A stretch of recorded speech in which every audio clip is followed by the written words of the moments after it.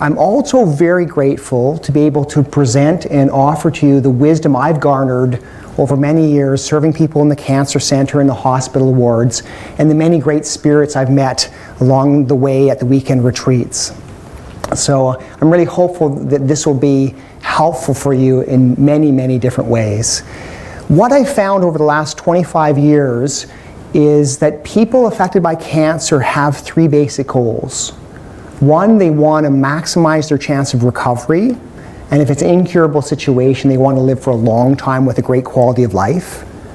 Secondly, they want to feel better. They want to get through those very difficult emotions that come with life-threatening illness. So the fears, the anxieties, the stressors that arise from dealing with the unknown. And as many of you know, that cancer can really shatter a person's life in some sense. It's that kind of expectations for the future. And so people want to kind of ground themselves, get back to their kind of emotional base, come home, a sense of peace and calm. And the third goal around this, what I call empowerment paradigm, is that people want to be able to think better, think more clearly, and they want their bodies to function better. They want to regain that function. And I'm specifically thinking about people affected by brain fog. You may have heard of that chemotherapy affects your brain function. And also fatigue is probably the #1 side effect of people going through a cancer diagnosis. So people after the diagnosis, we want to regain that function both mentally and physically.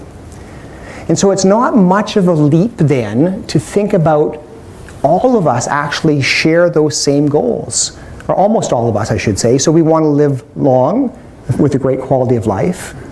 We want to have some degree of kind of centeredness, emotional centeredness and grounding with a sense of peace and equanimity. And we want to be able to empower our bodies and really make a difference in the world because we're empowering ourselves. So we want to be able to function better.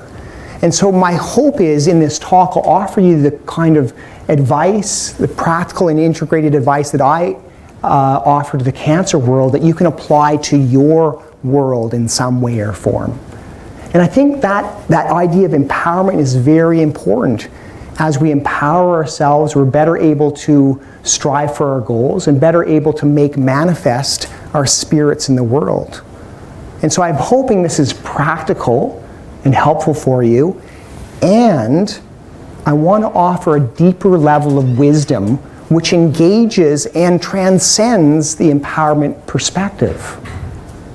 And so the teaching here is that we can honor both science and spirit, that we can nurture ourselves as individuals and release into the universal, and that we can embrace that paradox of holding peace, joy, and suffering together. And this is the perspective of the remarkable cancer patients that I'm going to talk about this evening. That ability to hold your life with a greater sense, with a sense of love and fulfillment, and to be able to reclaim your already existing wholeness. So that's the hope for this evening. Now we start with something I call setting the intention, which is to actually, what the remarkable cancer survivors will do is to actually choose how they want to be in this world. And so I ask yourself, what do you hope of yourself? What do you want to kind of manifest? And so there's kind of a proactivity, and that can be to very specific situations. You're going into a job interview, or you're dealing with a difficult person, or you have a meeting that's coming up, or you're dealing with a family member, family situation. And so you can ask yourself, how do I want to be as a person in this situation? Or just generally, how do you want to be in this world? As you're waking up first thing in the morning and putting your feet on the floor, or as I do just at the end of my meditations, I'm setting that prayer, that aspiration for myself. May I be helpful, may I be kind, may I be wise, may I bring clarity into the world. So that's the prayer that I say at the start of the day. So what I'm going to ask you now is that we actually do our 3 or 4 or 5 minute exercise, kind of relaxation, visualization exercise together. And you can follow along in this exercise in whatever way is easiest for you, or whatever you feel is right for you.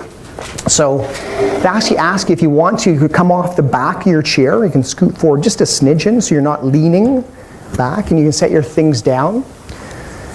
You can place your feet on the ground and your hands on your knees. And just kind of that balance point within the spine, feeling like the head is being drawn up towards the sky. You can close your eyes or keep your eyes lowered, whatever works for you now. So we just start out with simply that kind of mindfulness approach, bringing your attention to the physicality of your body. What does it feel like right now in the kind of physical sense? That sense of your feet being solidly connected with the floor and the earth, and the weight of the hands on the thighs, the weight of the body in the chair. Be very curious. Now bring your attention to your spine. Just that sense of being solid, grounded on the earth. Now bring your attention to the front of your chest. That sense of your heart, that sense of warmth, that sense of vulnerability, that sense of openness. So we have strong spine and we have tender heart. And bring your attention now to your breath. Be very curious. What does it feel like to breathe?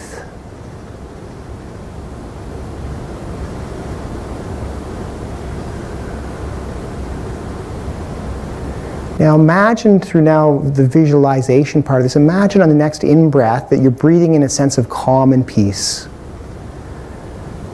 Right into your chest, right into your being. In the out-breath, relax and release. So again, on the in-breath, imagine breathing in a sense of calm and relaxation, and on the out-breath, release and let go.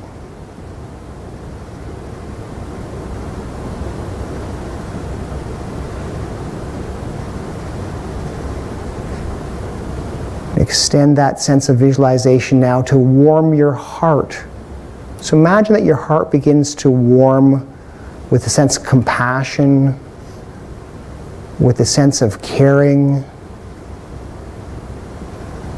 Allow you to feel those deeper, connecting human emotions. If you need to, bring to mind a loved one, someone you deeply love. Imagine seeing that person maybe at a different time in your life, maybe the image of a little child or a wonderful grandmother.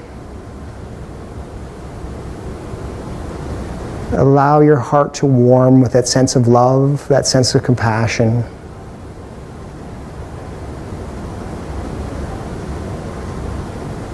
Now bring to mind somebody in your life who's suffering in some way or form. And imagine that you could send to them a sense of good intention, a sense of prayer, aspiration, that you really care and love for them and want them to find healing in whatever way is best for them. Allow yourself to really care for that person, really wish them well. Now extend that sense of compassion, that sense of love to your family members and friends, the people that you connect with and see on the day-to-day, whether it be at work or out in the world. Extend that sense of compassion and peace to everybody who's here in this room. May they find healing in whatever way is best for them. And beyond into the Exeter community, and out into the world. Anybody who's suffering anywhere, just send them your love and compassion, that limitless source.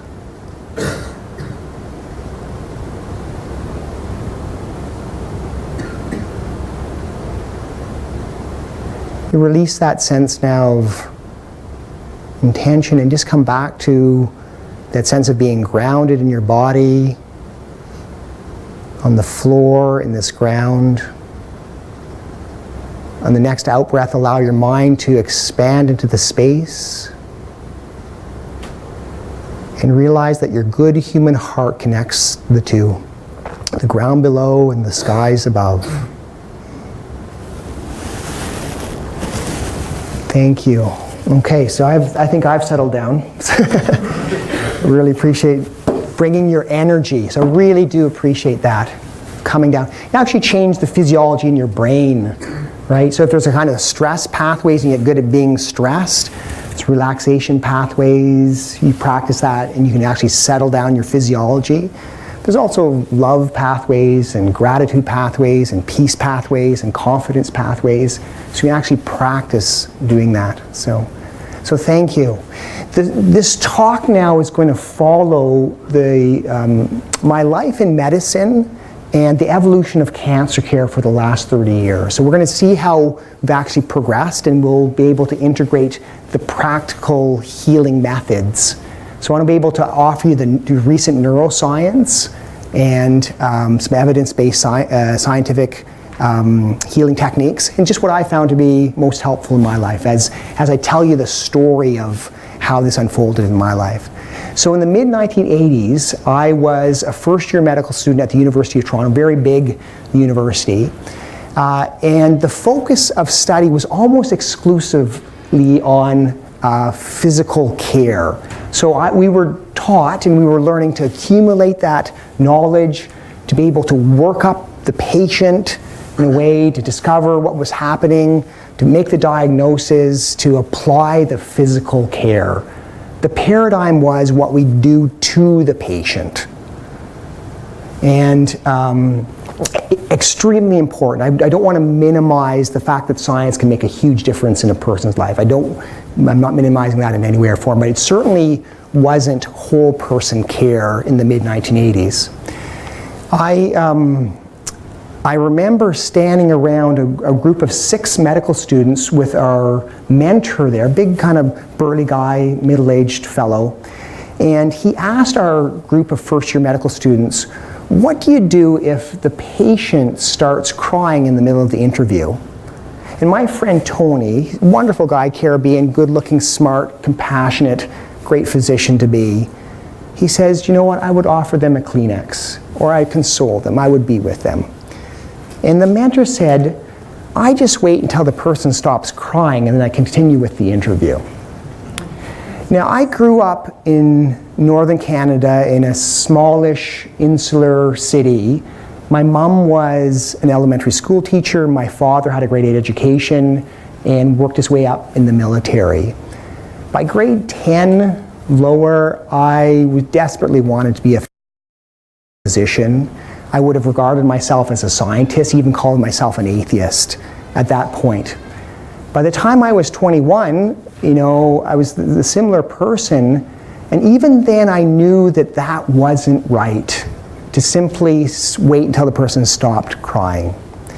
And let's flash forward 20 years to give you kind of a bigger perspective on what I see as kind of whole person care. So as a staff physician, I walked into the hospital room of one of my patients, a middle-aged woman with end-stage breast cancer. She was in bed. I sat down, and it was pretty obvious to me that she was on the verge of crying. She was really emotionally distraught. And at one point in the conversation, I asked her, what is it that's really worrying you the most right now? So I'm going there. I'm going to the dark, deep, difficult stuff. And she's on the verge of crying, and she's saying, dying. And then I asked that question, is it okay to talk about this more? She says yes. And I said, what's the worst thing about dying? And then she just like sobs, crying. She says, I'm really worried about how my husband's going to cope when I'm gone. Now, I tell that story because in the mid-80s, we're just not trying to, just make people feel better, bypass the emotional. I'm actually trying to find out, trying to understand that person in front of me and acknowledge that it is difficult and so on. And so sometimes you just have to go into the discomfort, stay with the discomfort, not know what's going to happen, And paradoxically, going into the darkness, going into the difficulty, actually allows a much better conversation.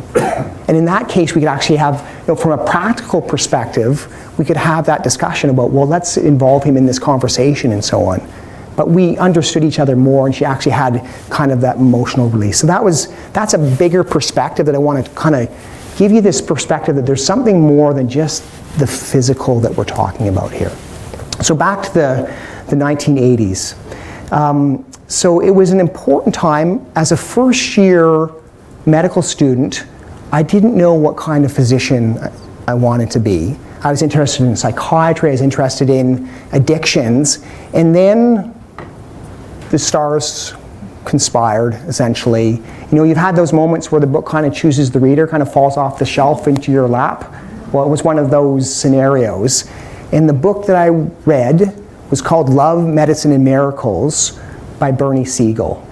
Now, Bernie was a general surgeon at Yale, and he was also a pioneer in support groups. And something deep within his psyche soul was pushing him forward to offer the kind of deeper lessons to people affected by cancer. And I can remember reading Bernie's books and kind of like crying and just thinking, I really, really, really want to be a physician. I really want to be an oncologist. I really want to run support groups. So that was my kind of aspiration. I kind of had come to that fruition at that point. Now, Bernie talked about in his first book what he called his exceptional cancer patients. And his premise was that these people had certain attributes, certain attitudes, which allowed them to do much, much better than the average patient. And so their tumors shrunk away much faster than expected. They got through their therapies, they tolerated their treatments, they far outlived their doctor's expectations, spontaneous remissions happened and so on. And so he had these certain kind of attributes. And just before I kind of go into that kind of side of it, I want to say that that I don't want to separate the world into them over there, those exceptional cancer patients, and the rest of us. Actually, I think we all have that capacity to connect and to empower ourselves and to make a difference in some way or form. So one of Bernie's first attributes that he talked about, and probably underlines the entire transcendent perspective here, is that his remarkable patients were truly able to accept their cancer diagnosis. Now, I'm not talking about accepting meaning giving in, giving up, resignation, letting God do all the work. It's more like accepting this is the reality of the situation right now. This is my starting point. And if I can deal with reality, then I can build on that. And I really didn't understand acceptance probably until about 10 years ago, when I got an email from one of my dear friends from medical school. She actually went to medical school together. We were dear friends. I'm just going to grab my book here. We were dear friends there. We split paths after medical school, and then we reconnected by email and social media during that time. And we started sharing our lives, kind of Christmas emails and so on. And so when I got an email from her saying, Rob, can you give me a call? I automatically assumed that somebody in her family had a cancer diagnosis, and they wanted to talk with the body, mind, spirit guy about what they could do to make a difference, type thing. And I got on the phone, and her husband answered, and he said, it's actually Karen who has the diagnosis. She had found a lump in her armpit, immediately understood that she had a breast cancer that had spread to the lymph nodes. And at that point, she had actually had the breast off and the lymph nodes out and so on. And I was like in shock, kind of frog in my throat type of feeling. And when I got on the phone with her, I was really kind of astounded with how grounded she was. How it just seemed so natural, and there was no kind of sense of nervousness. And she had, as I'm about to explain, kind of been able to accept her diagnosis extremely quickly. And her friends kind of questioned, like, how can you be so calm in this very turbulent situation. And her friends would say stuff like, oh, Karen, I know you're going to beat this. And she would say, oh, well, that's a very kind thing to say, but you know what? We don't know what's going to happen in the future. So very pragmatic and very clear-minded in what she saw and believed. And I'm just going to find her chapter here. So then she wrote an email to her friends to explain her situation. And she talked about mortality in her email. And it is the pink elephant in the room, right? So we don't talk about that, but she was able to express as an email that she accepted her mortality. And I want to read, because she shared this email with me so I could put it in the book. And she wrote, but once I managed to accept the reality of my mortality had always been there, I could accept that nothing fundamental in my life had really changed with this diagnosis. I'm still the same me. My life has not changed drastically or dramatically. I am still here. I was not hit by a bus. My loved ones are still around me. Unbelievably, I can honestly say that I'm as happy now as I was 5 weeks ago. I am, even in this moment, missing a body part or two, hair about to fall out, completely and utterly whole. And then she goes on to write, and this allows me to see that the last few weeks and the year ahead as the first steps towards, rather than a plunge from, true wellness. Very mature attitude. She goes on later. She says, I suffered a couple days of despair after the diagnosis, which by itself is actually unique. Most people are freaked out of their tree for about a month and a half, right? But she's able to transition so quickly. But since then, I've known that I'll be okay. Maybe not okay in a way that I would have defined 5 weeks ago, but in a bigger sense. I felt that while I cannot be positive that I will beat this, I can be positive that I will have the courage to face what is ahead. I am positive that I will have the support from loved ones, the expertise from my doctors, and ultimately the grace from God to ensure that this turn in the road will not be a negative force in my life. And I believed all that, and still believe that from deep within my soul. But in the past 2 weeks, something else has crept in, right? There's always going to be a tension in life. I'm starting to believe, or want to believe, that I will beat this in the conventional sense. I'm starting to demand this of myself and to ask it of God. There are a proportion of women who survive breast cancer at my stage, so why not me? The teaching here is that she's able to do both. She's come to a deep sense of acceptance, and at the same time, she's willing to be proactive and empower herself. And we can translate that type of wisdom in our day-to-day lives. We can be in this moment and appreciate the beauty of this moment and plan for the future. We can see ourselves as, frail human individuals with our follies and foibles, and aspire to grow and become better people. It's that sense of being able to act fearlessly and yet not know what's going to happen. It's the being and doing, letting and getting, running the tension. The middle ground is the tension.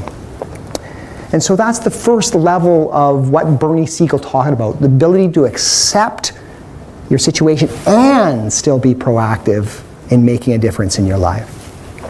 I went to a Bernie Siegel weekend retreat between the end of medical school and my internship.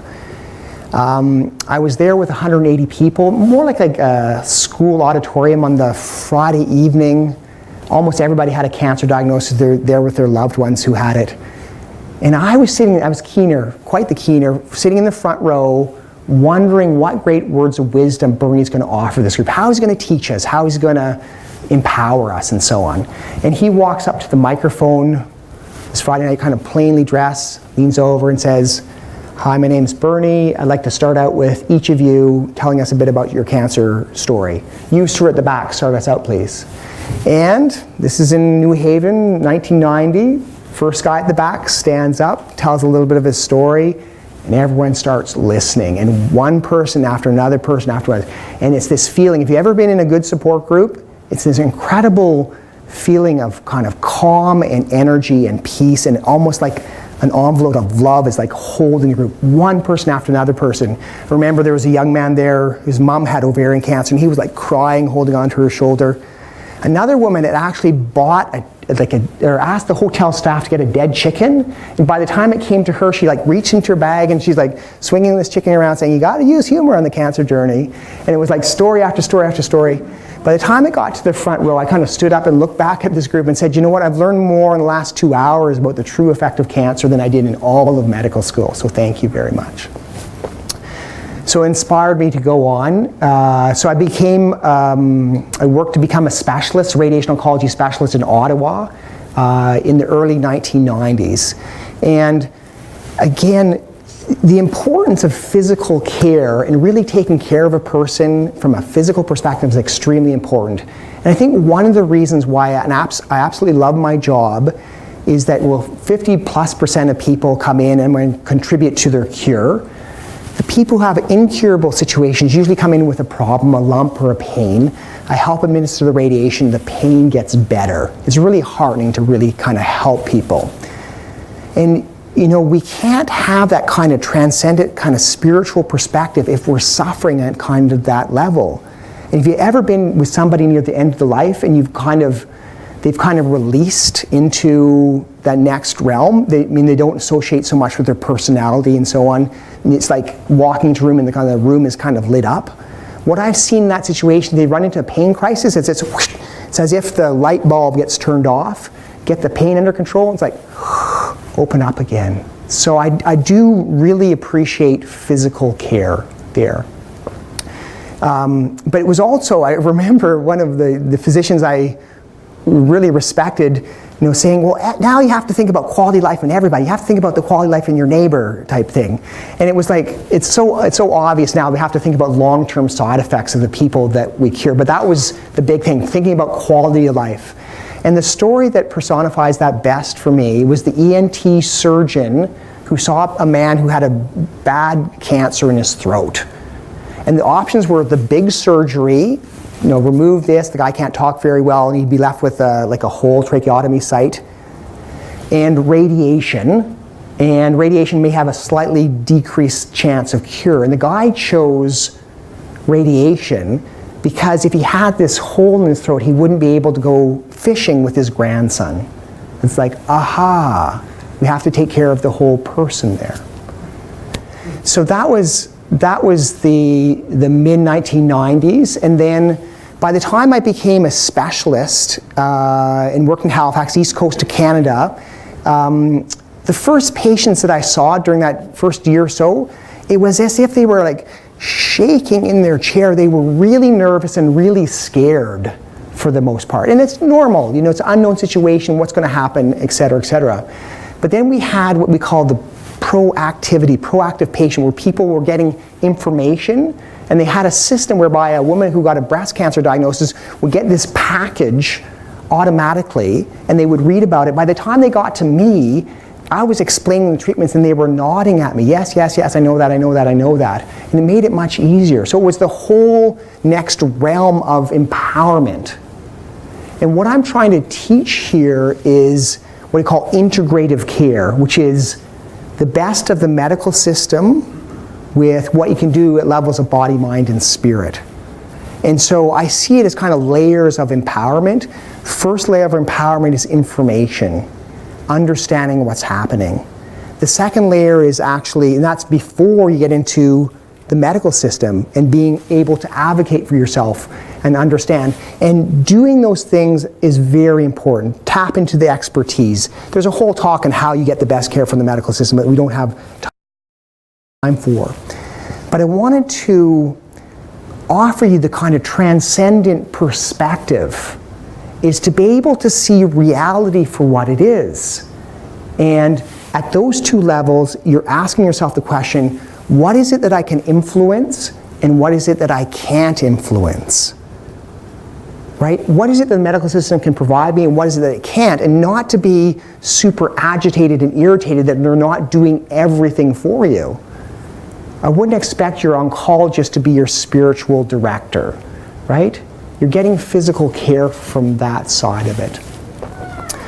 By the late 1990s, there was the first level of empowerment, the level of body. So what they were saying was that the healthy habits that you could do on the day-to-day would actually change your physiology, change the soup in which the cancer cells grow. And in certain cancers, breast, prostate, colon cancer, endometrial cancer, certain cancers specifically, you actually can influence that side in terms of mortality and so on. Almost all cancers, you can actually influence quality of life, energy, et cetera, et cetera. But this is, this was the first level of evidence coming out late 90s, early 2000s. And so to make this a bit more stimulating for you on Thursday evening, I'm going to ask you to tell me what are the 5 pillars of empowering the body. What's the number one thing you can do to empower your body to feel better and stronger, et cetera, et cetera? Exercise. Thank you. We have a very smart audience. And we're going to keep popping, and we want you to keep popping the answers to me. So how much exercise do you have to do? What's the recommendation? 30 minutes a day. How hard? At least moderate, which means slightly shorter breaths, What sorts of things do you do to get yourself to do it? How do you trick yourself into doing this? Right? Say, or what are some kind of, just do it, but what are some things to kind of help you motivate yourself? Guilt. Habit, yes. So you're planning at the same time. What else do you do that will make it more enjoyable? Other people, right? Make it social, right? Anything else? Get a dog that you have to walk. Yes, forcing. I mean, I have one of the patients who's a nurse of mine. She has 3 friends, and she has basically a contract that they're going to go over to her house, drag her to the gym. They're going to work out together. Unless she's in a coma, it's going to happen. It's just, that's the understanding. And really, I could rant for 20 minutes about the benefits of exercise, how it changes your physiology, changes releasing chemicals in your brain, like brain-derived growth factors. So your brain functions better if you're exercising. You get a better quality of sleep. Your energy's better. Your quality of life improves. Essentially, exercise is number 1 on the list. Okay, number 2. What's number 2 healthy habit? Sleep. Yep, we'll get to sleep as number 4. Good nutrition. What are the elements of a good diet? Balance, yeah. Not processed. Fiber, not processed. So the healthy whole foods, less processing. What are the other kind of tricks around it? What else do you need in New Hampshire? What you should be taking? Vitamin D, 1,000 international units per day. Organic food. Organic, so you're staying away from the pesticides, right? High grain, high in fruits and vegetables. Hydrate, yes. The healthy fluids, about to do that myself, it seems. So, yeah, so those things, and listening to your body, talking to the experts. Number 3 healthy habit is maintain a reasonable weight. Now, the science now, because we try to go on a diet and then we kind of relapse sometimes, the science shows that if you're compassionate to yourself when you relapse, you're better able to maintain it later on.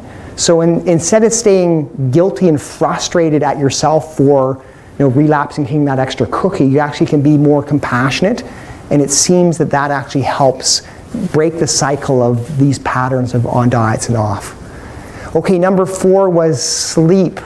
There's something called sleep hygiene. So what are some ideas that help people get a good night's sleep? Because you can kind of facilitate that in yourself. Say again? Go to bed at the same time. Exactly. So the habit, routine.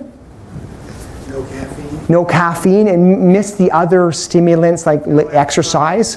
What else do you want to turn off? TV, yeah. Screen, yeah. Right, so even an hour beforehand, you want to kind of stay away from the kind of blue rays, right? Yeah. So I was here at the Exeter Library a year or so ago. I saw a little book on the table. It said, "Take a nap, change your life." And I started to read it, and thankfully it endorsed all the naps that I've been taking over the years. But essentially there's some really good science around napping, that you actually are able, your brain's better able to function and learn after you take that mid-afternoon nap. People get a better quality night's sleep at night, and they wake up more rested the next morning. So sleep is number 4 in the list. The other one I want to just offer you is just to stay in the dark. So even 90 seconds of bright light will suppress the melatonin and other healthy hormones that happen during a good night's sleep. So you want to stay in the dark, wear the eye patches. That's why the clocks have the little red numbers on them. Yeah. So sleep. If you have to go to the bathroom in the middle of the night, kind of stagger your way there, do the blind person's walk, get to the bathroom that way. But stay in the dark is the key point. What do you do, like me at 3:30 last night? I woke up, it's like too excited about my talk tonight, can't get back to sleep. What's the strategy at that point? What do you do? Mantra, try to say the Yes. same thing and clear your mind of everything. Right. So some type of relaxation technique, because it's the chattering mind that often gets us caught up and kind of agitated. And so practicing a breath, relaxation, mantra, et cetera, I stay with the boredom. That has been my strategy. So I'm willing to wait that hour and a half, 2 hours, and just be bored, and hopefully I get back to sleep, get a couple hours, and feel better because of it. So the 5th pillar that we often don't think about during as a promotion of the body. I think socialization. Socialization for certain is important, right? Because we're so human. I'm going to get to that level of mind, but I'm just going to think about just pure this physical body being. What's the last habit?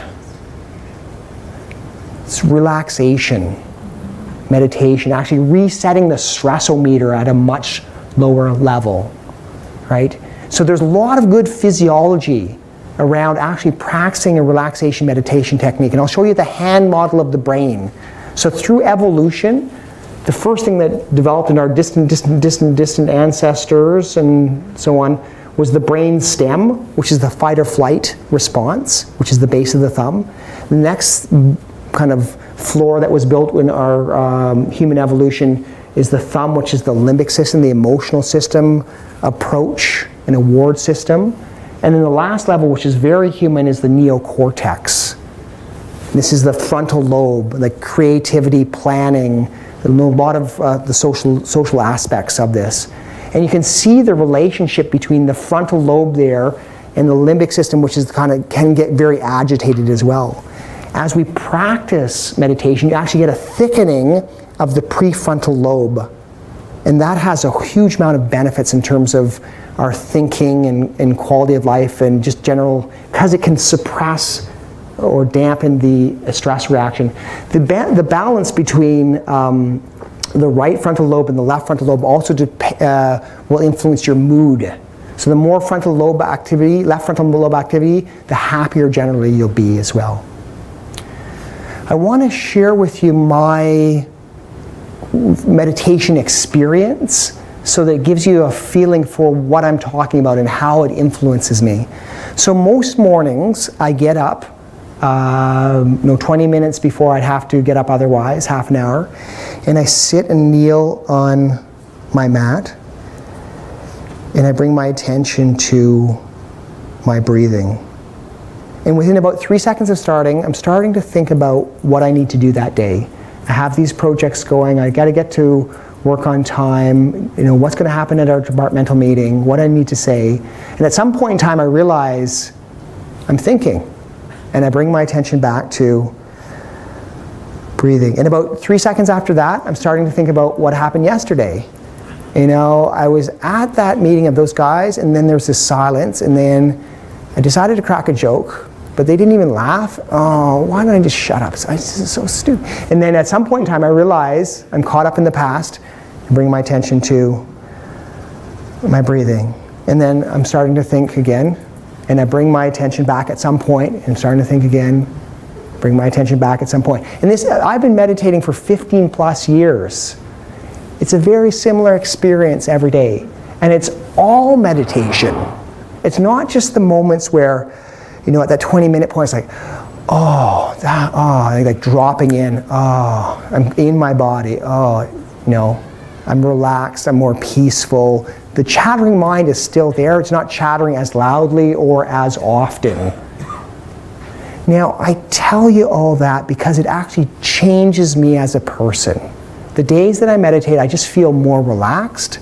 I'm able to focus. I'm able to look somebody in the eye, have that kind of more pro-social connection. I'm more effective. I'm a better physician.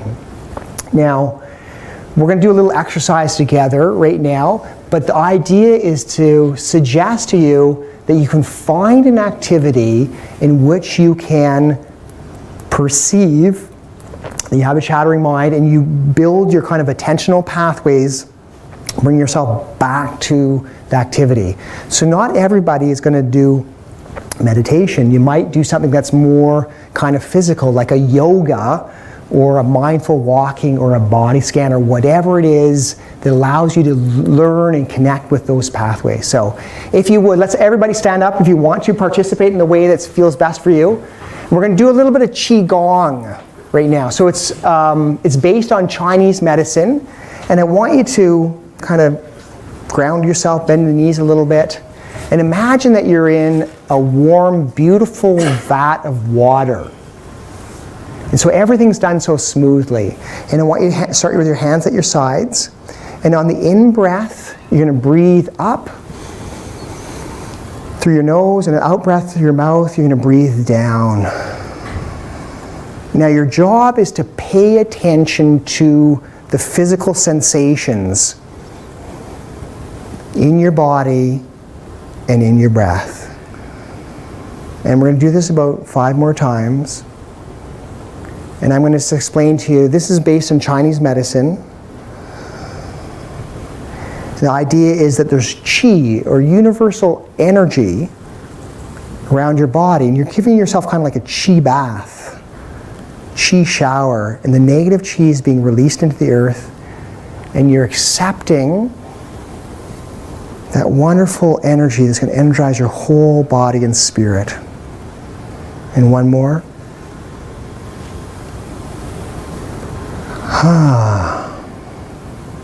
Very nice. And now we'll just bend over to one side. Just it's called painting the rainbow. And you breathe in, and you turn over the other side, and you breathe out. And again, you're imagining that there's a beautiful rainbow. Breathing in and breathing out. So you connect with the physicality of your body and allow that qi to manifest there. Breathing out. Good. Thank you very much. I really appreciate that. You can have a sit as well there. The next level that I saw beyond the physical, beyond empowering the physical body, was the mind. And so I first started teaching about stress reduction very early on. And I think it's important that we actually settle down our physiological state, especially when we're really agitated. It's hard to concentrate, it's hard to focus, it's hard to be your best person when you're feeling really agitated. And so to be able to recognize your own stress reaction and settle it down is very helpful, right? So it's a kind of classic teaching stress reduction. And so I'd ask you right now, because the idea is to be able to recognize your own unique stress reaction, and if you can recognize it early, then you can actually settle it down early, right? So imagine yourself now going into a difficult situation, and we all have different triggers. Could be going to a medical appointment, could be dealing with an angry person, a family member who's being disrespectful. So I just want you to imagine in your mind, you're about to run into this difficult situation, and you're suddenly feeling really stressed. And I'm going to describe to you the different ways you have physical changes, physical stresses, and I want you to kind of nod to yourself and put up a finger or whatever. So when you're feeling stressed, anxious, scared, worried, do you feel your heart beating hard? Or that kind of shortness of breath feeling? Do you get like a dry mouth, constriction in your throat? You feel that kind of shaking, maybe shaking in your knees type thing? Do you get a headache, neck pain, back pain, acid stomach? Do you feel like you have to go to the bathroom? Like, what are those, any one of those symptoms could be the cue to say, my body is telling me that I'm feeling stressed right now, right? So just put that in your mind, because we're going to do a little stress reduction technique in a second here. What happens at an emotional level? How would you describe your emotions when you're suddenly flustered, upset, scared? Do you see anger? Do you feel like saddened? Like you feel like crying? Are you feeling numbed out emotionally? Just flustered? How would you describe your own emotions? Okay. The next level is, how does your thinking change? Do you get quite concrete, or you just like numb out, can't think at all? Most people just get foggy, right? Or they get very concrete and their vocabulary gets very short, which is the next thing. If you wrote down everything that you were thinking throughout the day, there's a computer program that would put down what you thought all day long, and then you read your printout at the end of the day, how would you know from the printout that you were feeling stressed? Right? So for me, if I start swearing in my mind, I know that I'm stressed. But if you're labeling yourself, like I'm such a loser, or labeling that person is this or this person's that, or life is not fair, or so any one of those cues could be something to say, this is not right. I'm feeling stressed at this point in time. And so then the idea is to be able to recognize and actually settle down your physiology.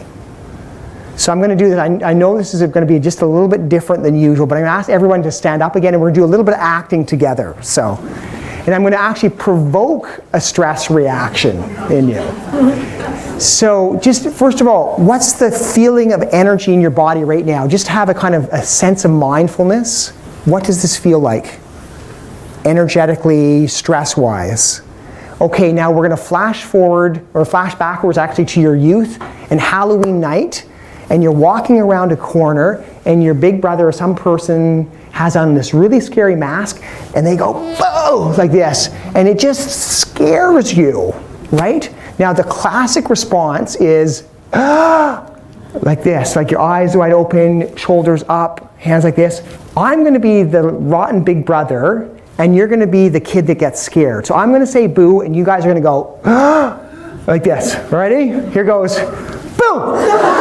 Good, we're going to do it 2 more times. So ready? Boo!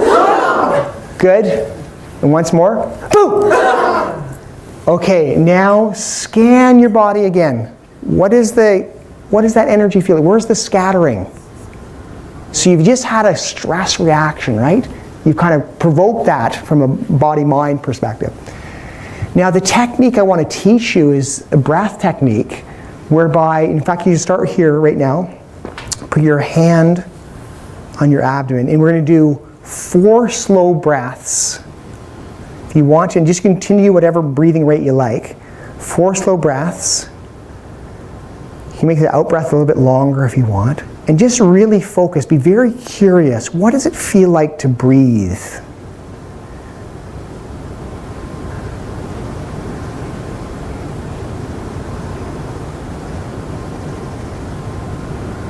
Very nice.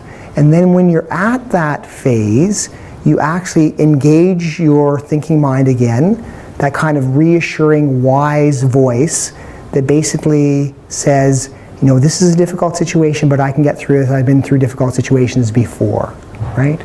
Okay, so just again, we're just going to do 4 more slow breaths. So you recognize your stress reaction. 99% of the time, you don't have to snatch the child from underneath the car. You can actually breathe. 4 slow breaths. Be very curious. So you gauge the curious part of your brain.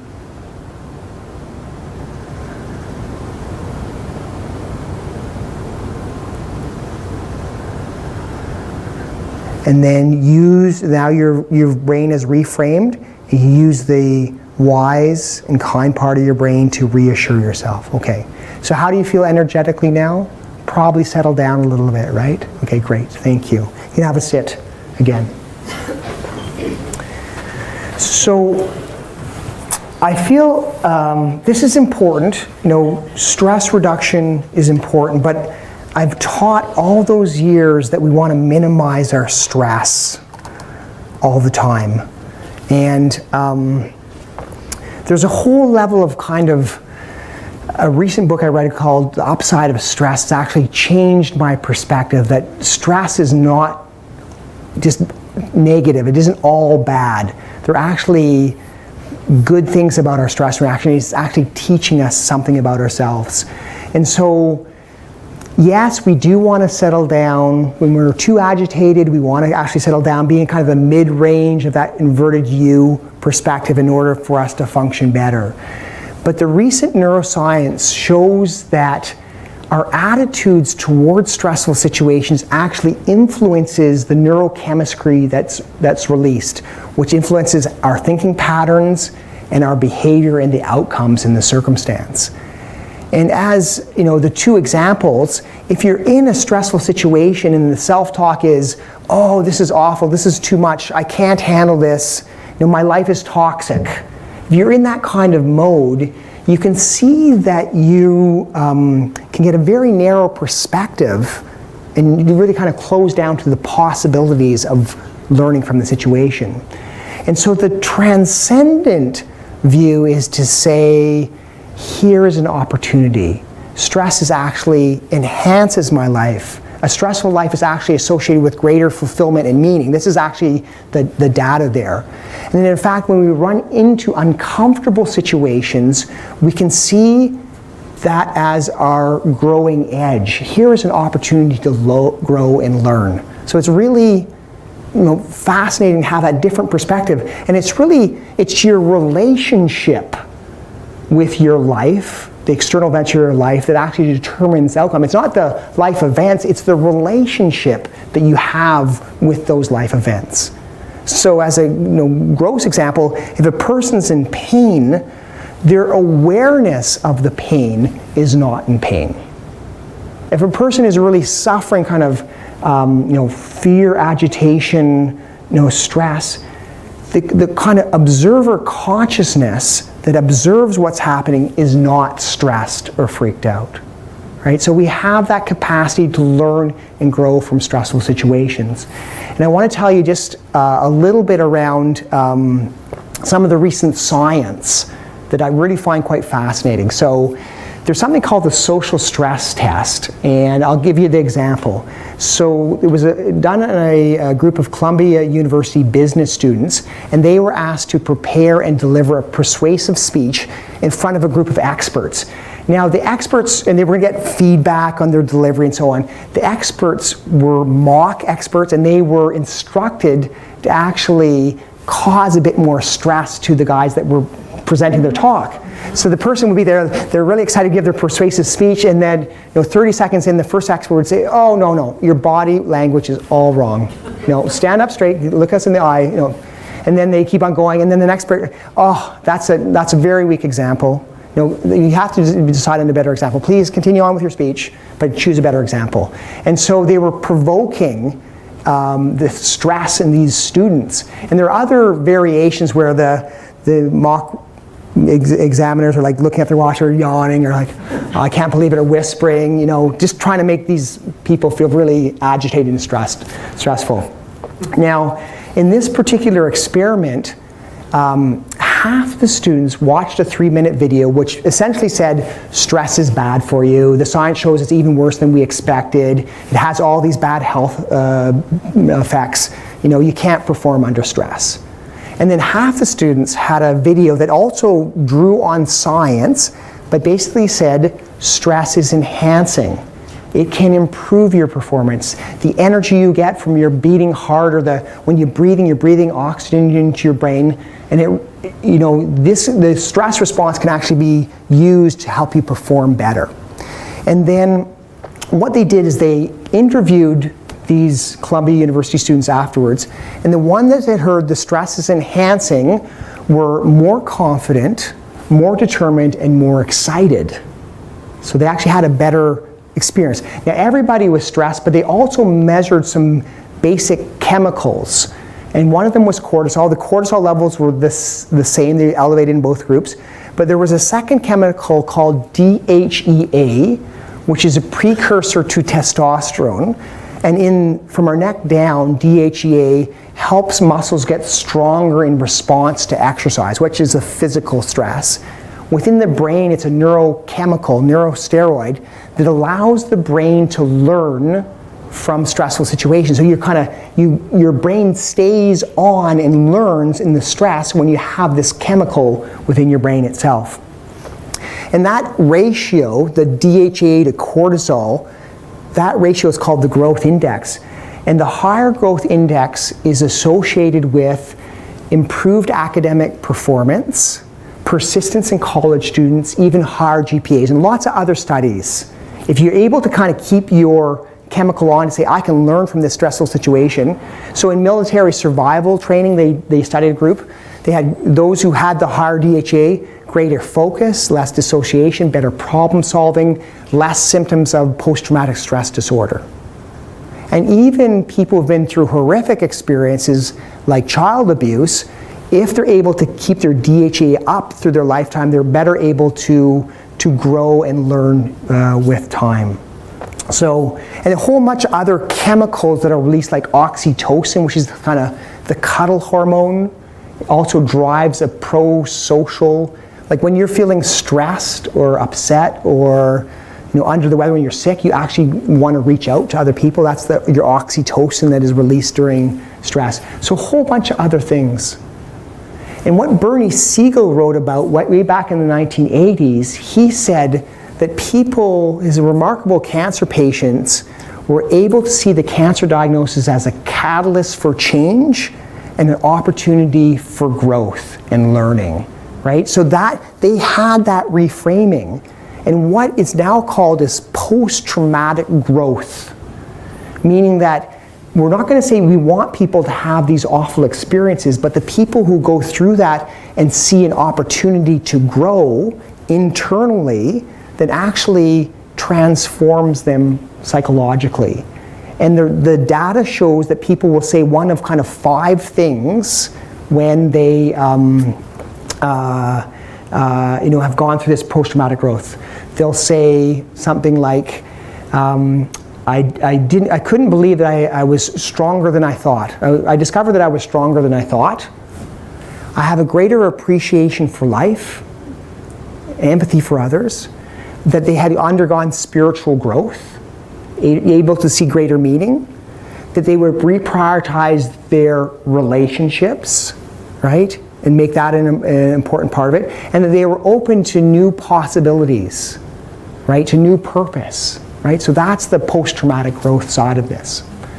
I want to show you the next level of teaching. So that's, the transcendent is to say stress is neither good nor bad, but that we can grow and make the best out of a difficult situation.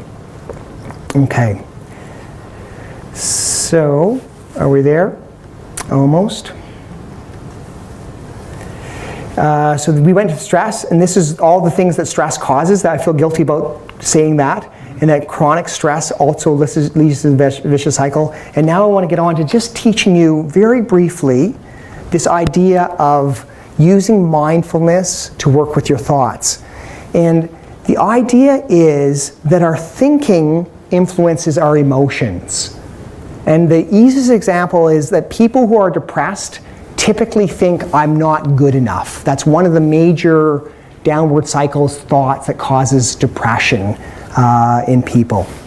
And so what we're trying to do is to have people become more conscious of their thinking so they can actually look at their thoughts from a realistic perspective and reframe them in a positive way. And we use, this is from the weekend retreats, we use a 3 column technique, starting with looking at the situation with the kind of non-judgmental perspective, and then it's the thoughts that are added on top of the situation that cause the extra suffering that we're trying to decrease. And then if you can recognize, be mindful of your distressing or automatic thought, then you can work with it, start to inquire. And lastly, the reframing comes by, first of all, being kind to yourself and acknowledging the difficulty, looking at the situation from a bigger perspective, and then ultimately trying to encourage yourself as well. And I'll just take it through an example. So this is from the cancer world. So the situation up top is this woman's halfway through her chemotherapy, and her body is tired, and she's emotionally fragile at that point, and she's questioning whether she can go on. So it's a difficult situation, and then on top of the difficulty, she adds this extra thought. And the thought comes out, it's no use, I don't have the strength to get through this. Right? So that's an extra thought in a difficult situation. If she can be mindful of that, she can actually start working through the second column. So I want you to tell me, please, what are emotions follow when she thinks that to herself? How would you describe that emotional response? It's no use, I don't have the strength to get through this. Defeated, despair, discouraged, yeah. And obviously, what happens to the body? Yeah, she's actually decreasing her energy levels, like literally mind body. Is it helpful or harmful? Yeah. Now this is the interesting one. In what way is it exaggerated or irrational? How is she kind of wrong in her thinking? As a lawyer, how would you argue against, well, your thought here is actually not quite right. How would you argue against her? What are the words that stand out? She's still here. She is actually getting through this. She actually has the strength so far. And I'm choosing a situation where it's appropriate to continue on with the chemotherapy. It's no use. Well, actually, the chemo is improving your chance of cure, right?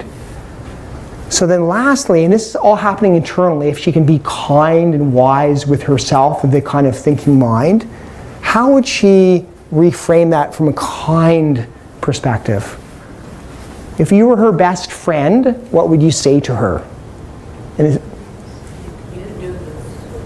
I mean, in one sense, you're saying, no, just do this, which is, I'm trying to get to the kind of kindness, and what would you say? You're doing great. Yeah. It's hard. It is hard. So the acknowledgement, it is hard. You are succeeding. We're going to take this one day at a time, right? So there's the encouragement. You don't have to do all your chemotherapy today. Just take it a minute at a time, right? So there's the encouragement. We happen to come up with a slightly different reframe. Not that it's a better reframe, but we used this one. We said, who says you always have to be strong? Sometimes to cry and fall apart is the best thing to do. Then it seems to find an inner strength or higher power. Right? So that's almost like releasing, relaxing into the reality of the circumstance. And then we'll just take this a day at a time. So that's the reframing piece. And I partly showed this to you to realize it's the compassionate voice, that grandmother's voice, that is very helpful in working with the kind of the psychological difficulties. Okay. So lastly, the last bit of information I want to offer you is around something called neuroplasticity, so level of mind. Your brain is the organ that changes.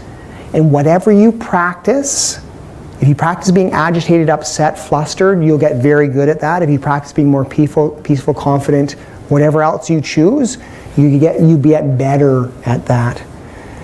The issue is that we have an ingrained negativity bias. So the negative events in our lives really get stuck into the machinery, and we kind of, the brain gets good at that. And we have to balance off this so that when you have those positive experiences, you don't just blow them off.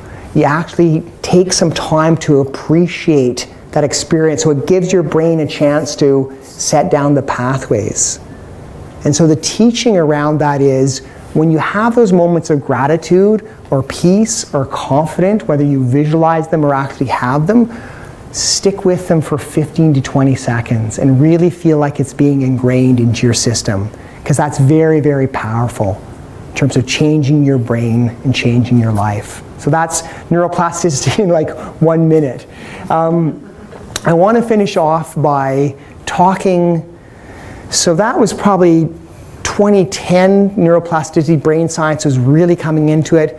And now what I'd say is what you're going to see in the next evolution is kind of the spirit, non-duality, spirituality. I'm not here to proselytize in any way or form, but just to say that I think that people check their spirituality at the door at the cancer center. We forget to bring those bigger spiritual principles into our daily lives.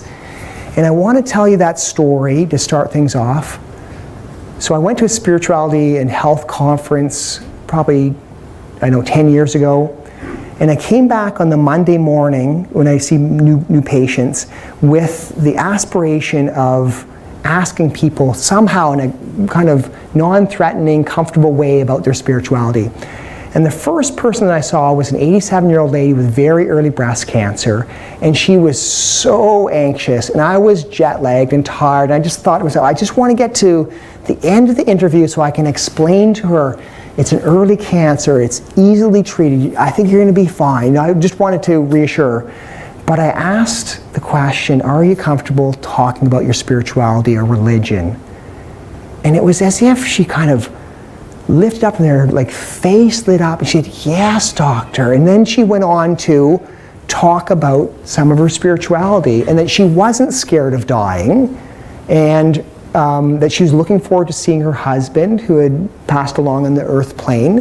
And she talked about the morning that she had her breast cancer surgery. She woke up 6 a.m. and she felt like this kind of presence come into the room and kind of lie down beside her in the bed.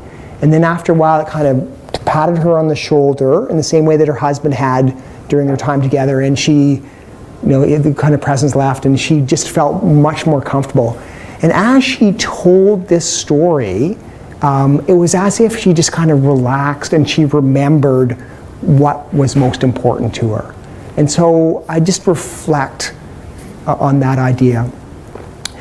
The idea as well is that I believe there is an element of spirit within our lives, and it's difficult to describe or point to, but there is that kind of sense of being held by something bigger.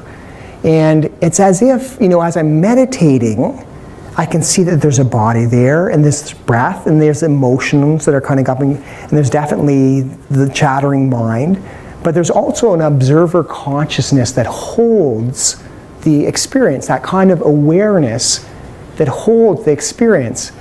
And what's remarkable for me is the quality of the awareness, the quality of that kind of consciousness, very peaceful and very loving. And I think we can experience that sense of peace and love and connection and our difficult human emotions, or difficult psychological issues. And the analogy for me is a cancer diagnosis can be like walking along a beach. Like we're here on the East Coast, Halifax has the big hurricanes as well. And so walking along a beach during a hurricane there's so much turbulence, right? So the wind is like blasting water into your eyes and you're kind of staggering along and the big waves are crashing, you're soaked, and it's a very difficult, very painful situation, which can be the psychological level of a cancer diagnosis. The same hurricane observed from 3 miles up in the sky shows that beautiful swirl, very peaceful. Or the same hurricane observed from 40 feet below the water, also you can see the crashing waves, but it's very calm and peaceful from that perspective. And so we can hold both the difficulties, the suffering, and the sense of peace. And I've seen patients describe this over the years. There was a man in a support group, he was kind of clutching at his chest and he had this kind of grimace on his face saying he's really worried about his daughter. And he said, I'm feeling very peaceful and calm at the same time. Another woman I was in a support group in Vancouver, she had lymphoma and she was losing some function near the end of her life, and she was describing his difficulties and kind of tears in her eyes and saying, but at the same time I feel like I'm being held by these strong arms, like I'm walking into the desert and something's reaching out towards me. And we can experience that sense of peace and calm through our lives. The remarkable cancer survivors also are able to hold that same sense of paradox. So one of the last things I'm going to offer you here is Bernie's teaching was that the remarkable cancer survivors no longer viewed recurrence of their cancer or even death as a failure. And instead, they're willing to put their energy into what they could control, right? Into the authenticity and manifesting and, what was most important to them. And I believe that when we get into that kind of bigger space, the kind of bigger spiritual space, that allows the energy to come into the kind of physical world so that we can feel better. And so when we are able to tap into that much bigger realm, we can feel better, it manifests in our life more and more. And so I kind of prod you to say, when that question changes from how can I live to how can I love, then I know that you're on the right path. And I'll leave you there for this evening. So thank you very much for your great attention. Really appreciate it.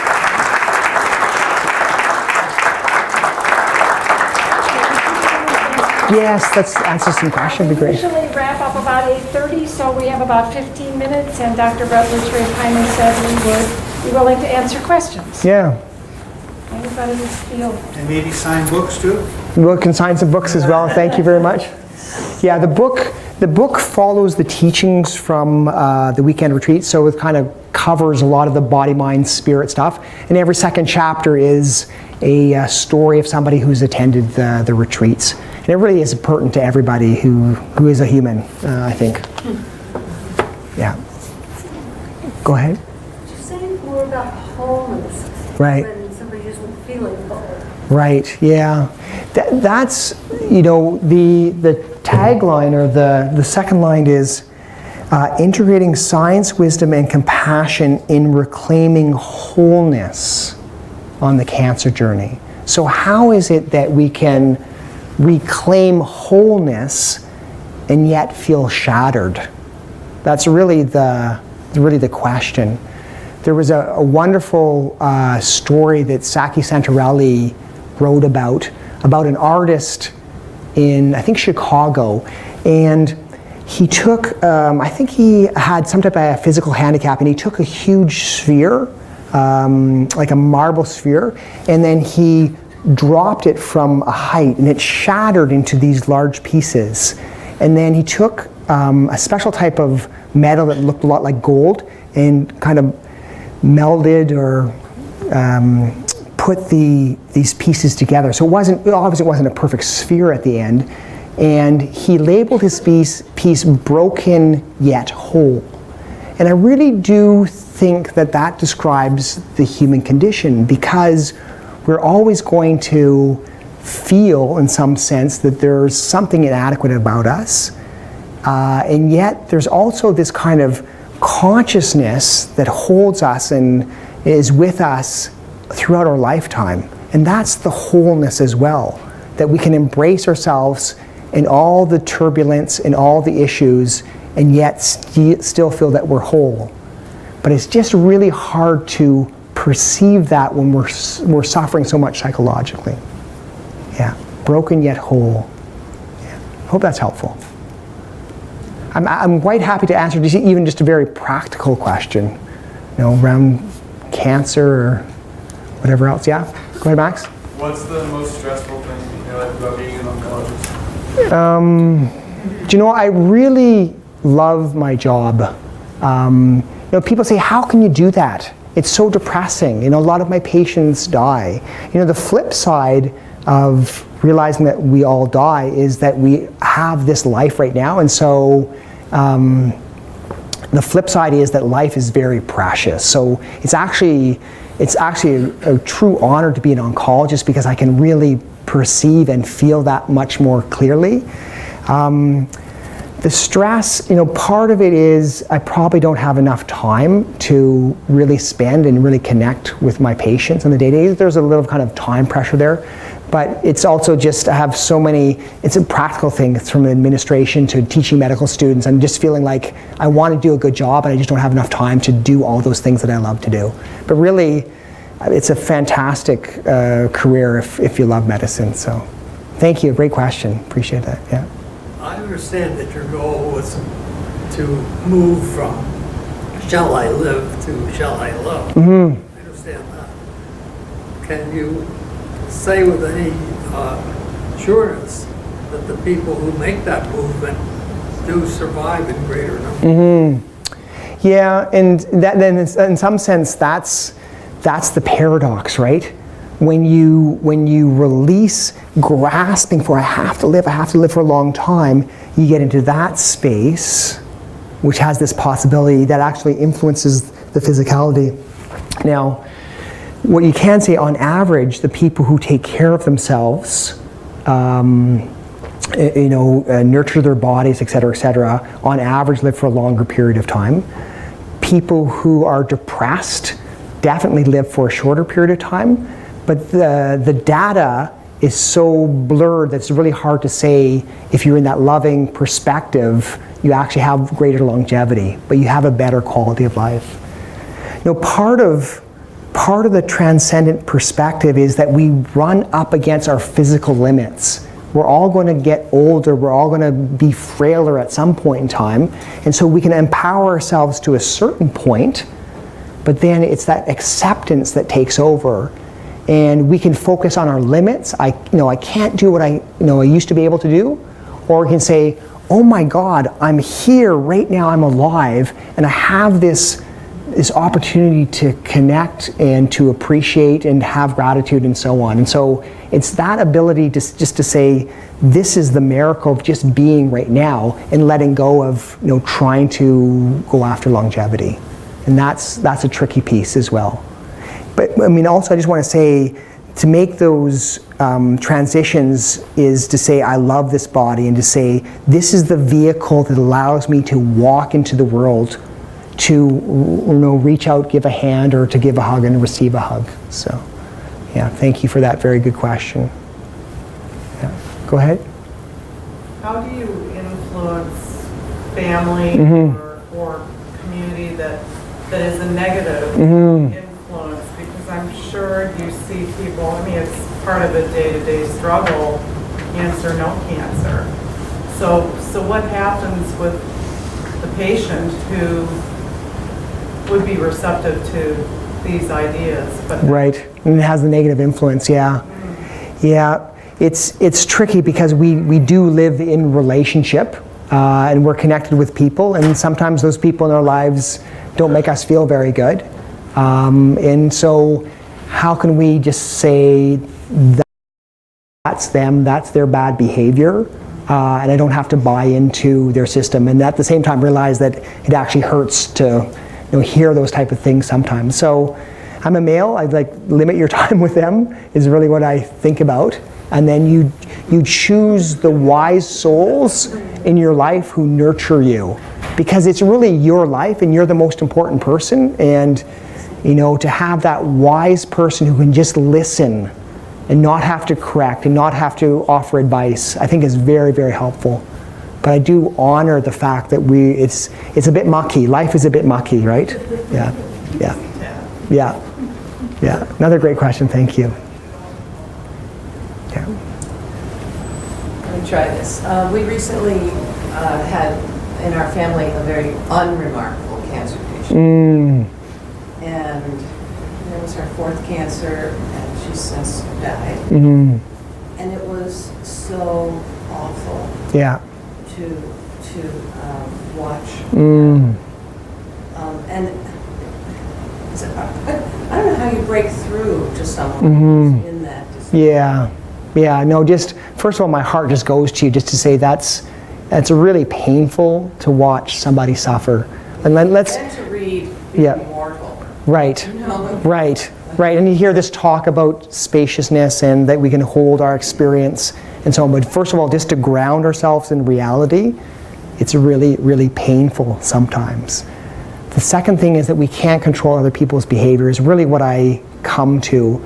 And so you can kind of love unconditionally and wish them well unconditionally, but ultimately it's somehow their choice too as to how they're going to be in this world. But it's just, I just want to acknowledge the suffering. It's very painful, yeah, sometimes. Yeah, and we can learn. Like, how do you learn from an awful situation? You can learn how might I act in that situation. It might be the learning. Yeah, yeah. Thank you. We were wishing, of course, Yeah. breakthrough. Yes. Yes. And sometimes the psychological breakthrough can happen in the last 5 minutes of a person's life too. So we can always have that hope. Kind of turn over and just, they say, I'm sorry, or I love you, and then they can die. So, yeah. Yeah, bless you for that. Yeah. There's a question over there before we go to the back. Yeah. With your colleagues Mm-hmm. in the medical field, do you feel that more of your colleagues are feeling like you are? Mm-hmm. Well, the good thing is that the dinosaurs are retiring, so it's a lot less, which is great by itself. The second thing is I work with medical students as well, and they're just a very wonderful, wonderful group of people. I'm just really impressed. And hopefully the American system has that same ability to choose those great spirits that have the compassion and intelligence to do it. And lastly, I've been giving these talks for 20 years. Right now, the physicians were really indifferent for a long time, and then in came the data, the exercise, the stress reduction, et cetera, et cetera. So, I did try to give you the feeling that society is progressing over the last 30 years, right? So hopefully, as we continue to live that within our own lives, we can influence others, and that will just keep on growing. So, yeah, thanks. Yeah? As the science in oncology and other things evolves and improves and so forth, do you see your role of what you're talking about, improving people's minds? Do you see it moving to the background, or do you see it moving to the foreground? Well, this is a great question. So the science is all. So yeah, the point is that the science continues to progress, right? And what will happen to what I'm maybe refer to as spirituality? I hate to use the S word because it's hard to define and so on. So is that going to regress? My impression, and maybe it's a Canadian impression, is that as people, more and more people aren't going to church, there's still a yearning at a deep level from a human perspective to connect with something that's transcendent. And so I don't think that's going to go away. And hopefully we can bring it into the secular world where people can engage and experience, and the whole mindfulness movement also I think is pushing that forward. So there'll be different ways that we within society will connect with our spiritual selves, I hope. And despite all the best science in the world, we're all going to die, I'm sorry to say, and so we're all going to run into these issues, and so it's going to be important for all of us. Yeah. How about that for a lovely message? Yeah. Go ahead, sweets. Just on the, you were talking about your different talks, like navigating the medical system on the website. Do you think that would be of any help? Would there be parts of it that apply to the American system? I think for certain. Thank you. Yeah, because there's more in-depth sort of information, maybe even on neuroplasticity. Yeah. If people are interested on healing and cancer, what Oops. My. Healingandcancer.org. There. Yeah, thank you.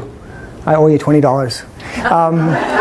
So healingandcancer.org, there's a lot of information there about how to kind of navigate the medical system and the practical things. Lectures, complete set of lectures from a weekend retreat is there as well. So, and it's all free essentially. So I do encourage people to go there. Yeah.